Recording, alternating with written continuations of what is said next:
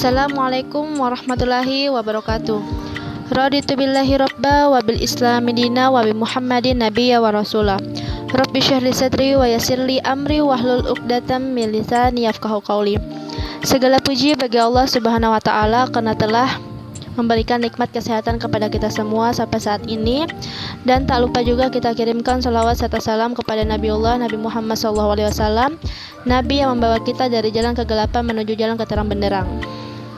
Sebelum memasuki topik pembahasan, izinkan saya untuk memperkenalkan diri. Perkenalkan, nama saya Nur Hadijah, NPM 091058042118. Saya dari kelas A semester 6, Prodi Administrasi Publik, Fakultas Ilmu Sosial dan Ilmu Politik dari Universitas Muhammadiyah Sidian Rengrapang. Di sini saya ingin menyelesaikan tugas teori-teori administrasi dengan dosen pengampu Bapak Irwan SIP MAP.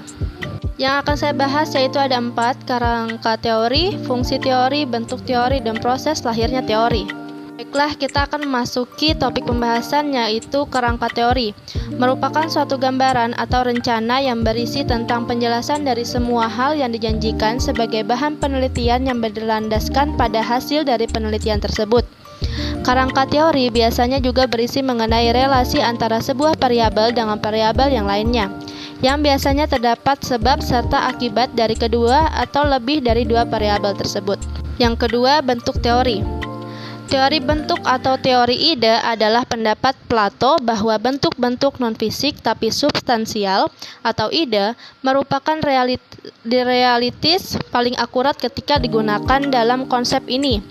Kata bentuk atau ide sering ditulis atau dicetak miring.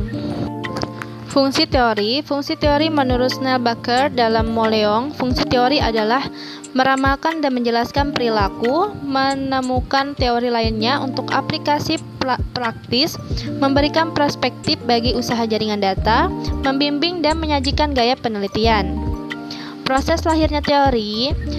Proses pembentukan suatu teori atau bagaimana proses berteori berlangsung melalui beberapa langkah, yaitu 1. Pendefinisian istilah merupakan hal yang sangat penting dalam berteori, terutama berkenaan dengan kejelasan atau ketepatan penggunaan istilah yang telah didefinisikan.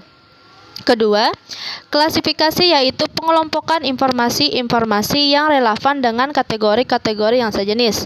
Klasifikasi juga merupakan pengelompokan fakta dan generalisasi ke dalam sekelompok-kelompok yang homogen, tetapi tidak menjelaskan interrelasi antara kelompok atau interaksi antara fakta dengan generalisasi dalam suatu kelompok. Ketiga, mengadakan induksi dan deduksi. Induksi dan deduksi merupakan dua proses penting di dalam mengembangkan pernyataan teoritis setelah pendefinisian dan pengklasifikasian. Induksi merupakan proses penarikan kesimpulan yang lebih bersifat umum dari fakta-fakta atau hal-hal yang bersifat khusus. Deduksi merupakan penurunan kaidah-kaidah khusus dari kaidah yang lebih umum.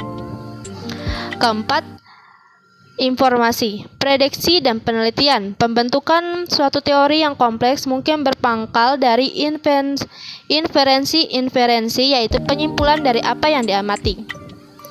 Inferensi ini mungkin ditarik melalui perumusan asumsi, hipotesis, dan generalisasi dari hasil-hasil observasi. Sesuai dengan fungsi dari teori yang memberikan prediksi, teori juga berkembang melalui prediksi dan juga penelitian. Ada prediksi yang dibuktikan dengan suatu penelitian, tetapi ada juga prediksi yang tetap sebagai prediksi.